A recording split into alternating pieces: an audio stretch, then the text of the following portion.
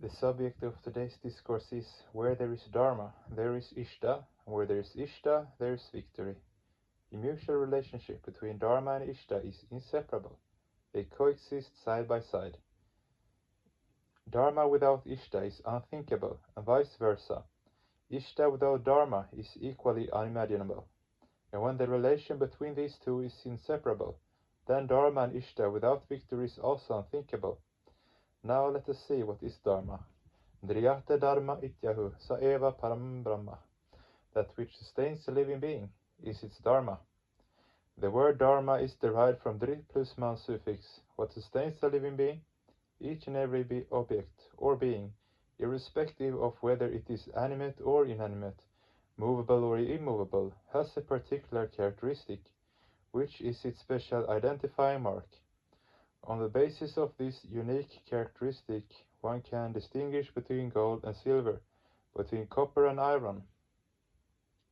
When this unique characteristic is absent, we can say categorically that this is not gold, this is not silver. Therefore, Dharma is the fundamental determinant of one's entitative existence.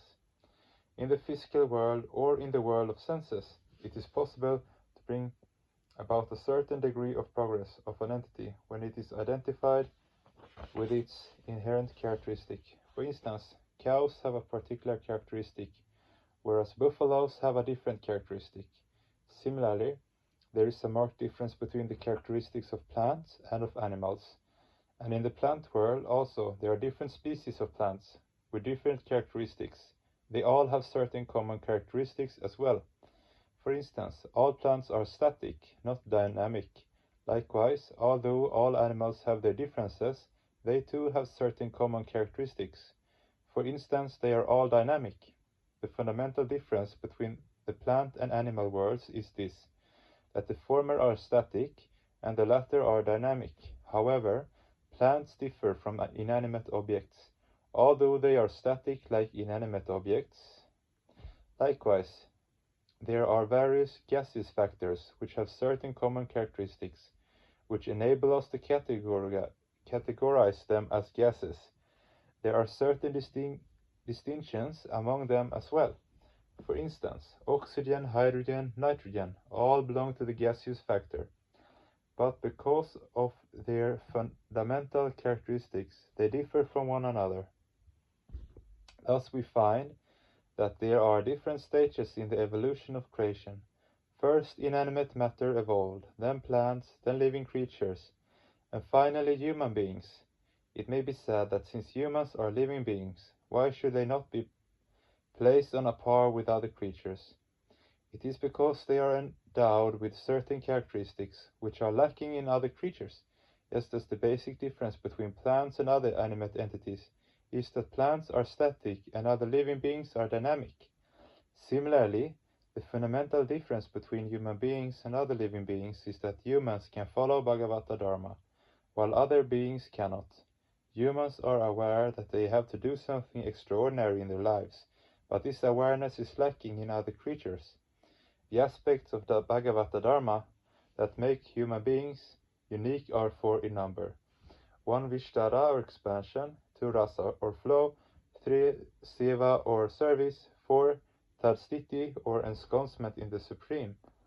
Vishtara is movement along the path of expansion. Rasa means flow. Microcosms are goaded into action by a particular flow.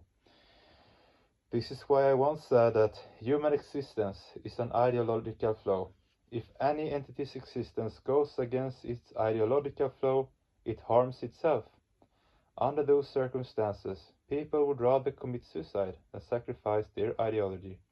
You might read in history that in the case of ideological conflicts, millions of people left their countries and migrated to other lands. Millions of people leave their countries even today, and if the occasion arises, will do so in future, unless we build an ideal human society. What is seva or service? Such work should be performed that will please Paramapurusha.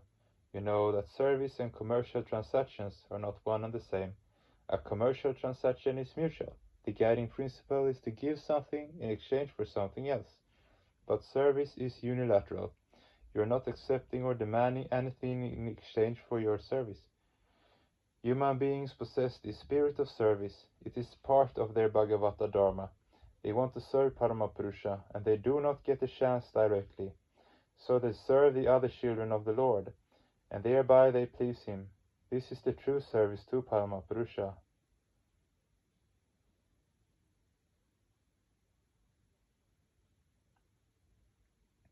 Tadstiti. Human beings have the tendency to merge in Paramapurusha, for he is the only supreme desideratum of all unit beings. Thus we find that the essential characteristics of Bhagavata Dharma are expansion, flow, service, and the final goal is ensconcement in Paramapurusha.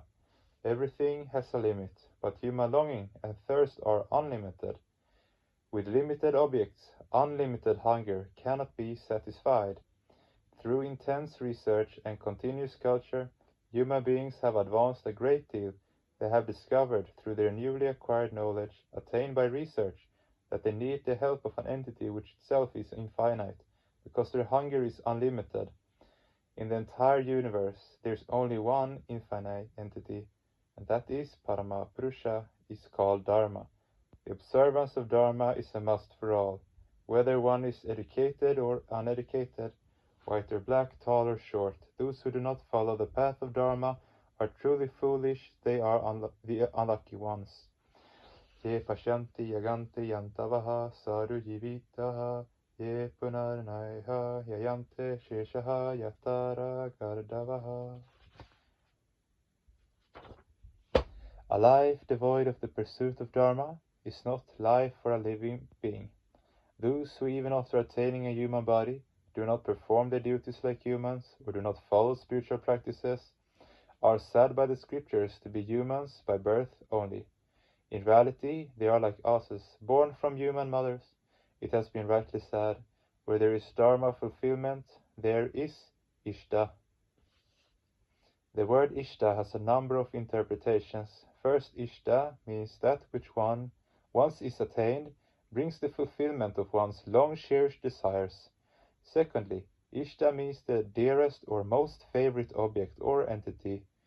For instance, a person may have an attachment for mangoes or blackberries or sugar cane or money, but that which is the most favorite of all these is considered as one's Ishta.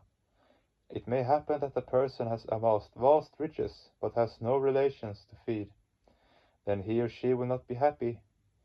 Then what is the most favorite object? Human beings are followers of Bhagavata Dharma. This is their unique characteristic that distinguishes them from other living beings. Those who have attained human structures but are not following Bhagavata Dharma, expansion, flow, service, and salvation, should not be called human beings. It would be a travesty of the truth to call them thus. If they are mobile, there are hardly any difference between these humans and other living beings. But if they are immobile, then they will be considered to belong to the category of plants. By no means do they deserve to be called humans, because the greatest characteristic of humans is their Bhagavata Dharma. If the color of gold is black, then it is no longer gold, because it has lost the characteristic of gold. Likewise, if human beings do not follow their Dharma, then they hardly deserve to be called humans.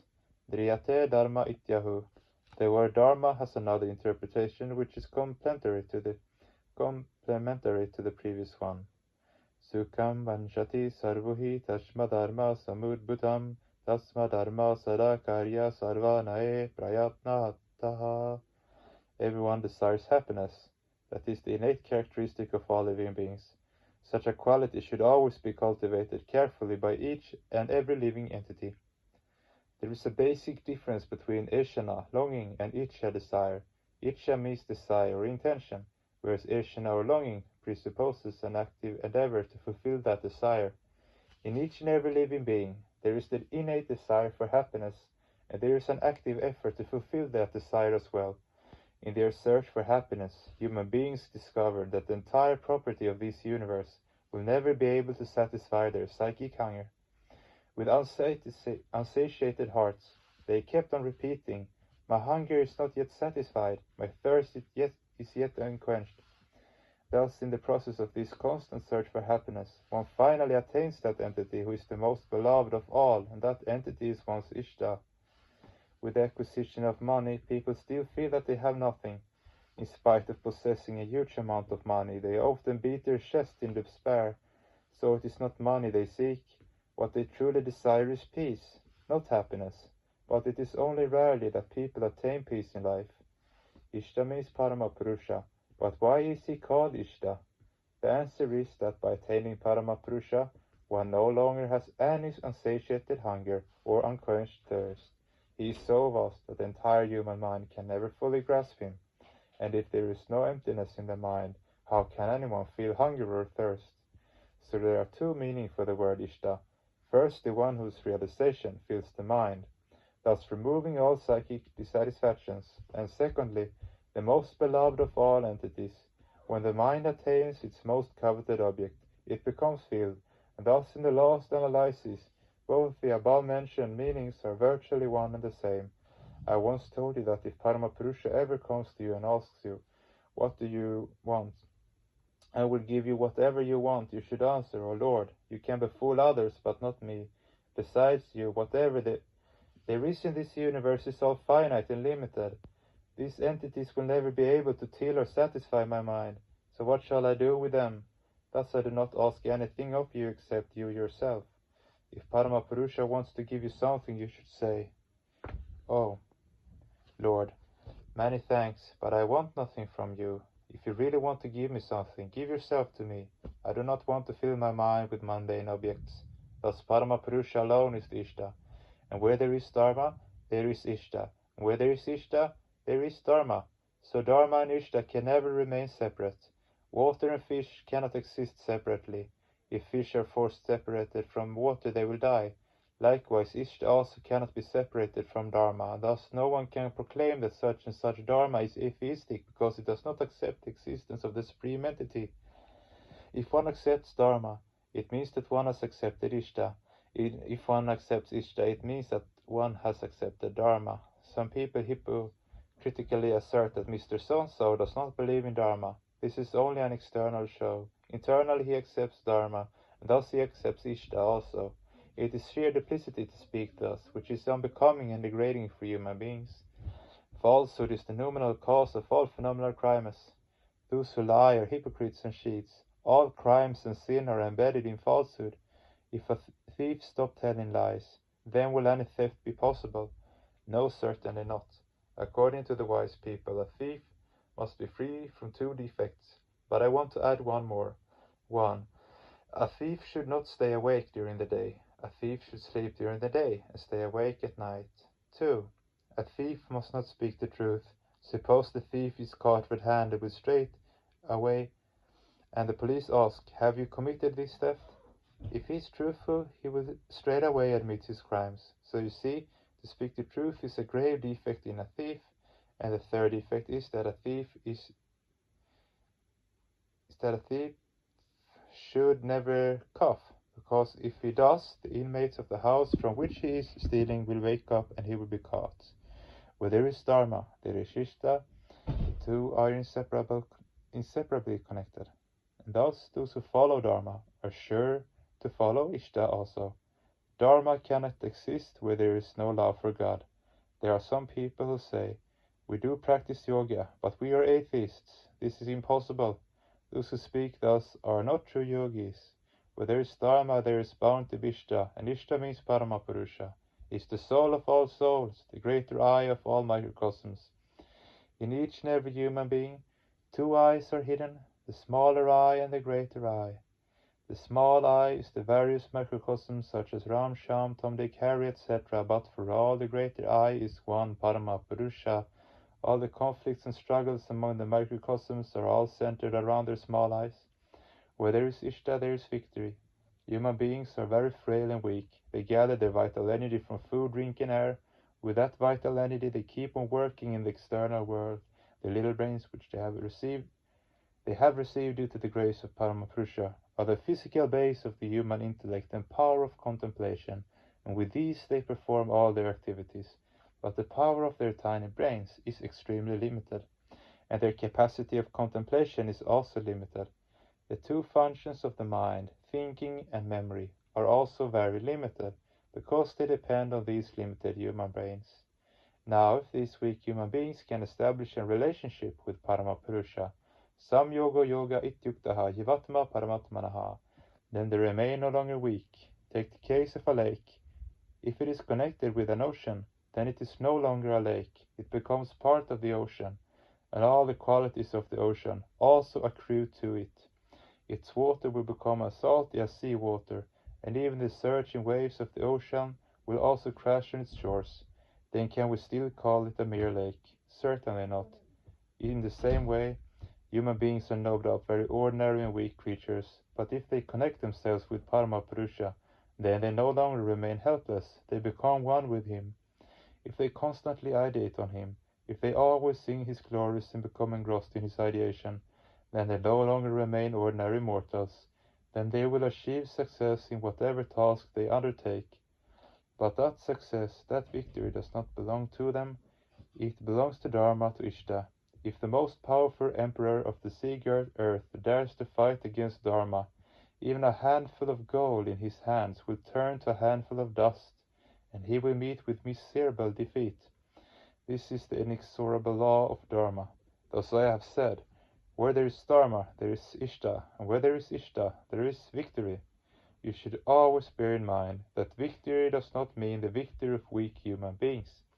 It means the victory of Dharma, the victory of Ishta, intelligent people who move firmly along the path of Dharma and sit on the lap of Ishta are destined to be victorious. In this case also, victory does not belong to such people. Victory belongs to Ishta.